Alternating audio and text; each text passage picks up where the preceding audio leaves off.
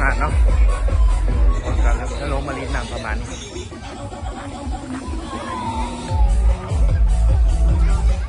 เริ่มต้นจากตัวนี้นำกระใส่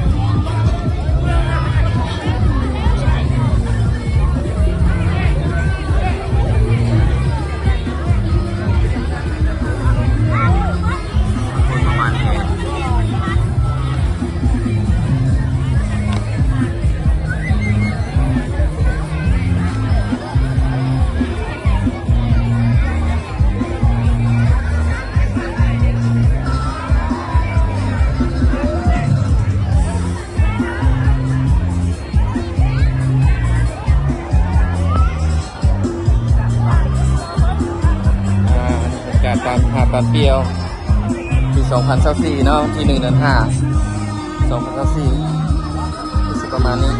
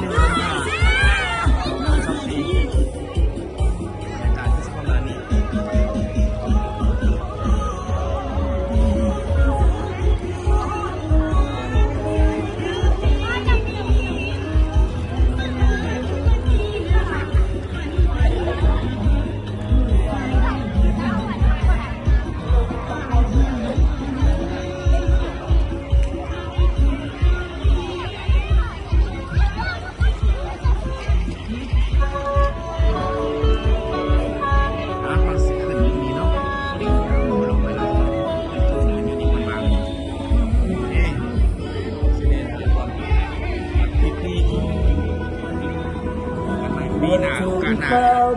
เก็บไว้เป็นเท่าทาน โ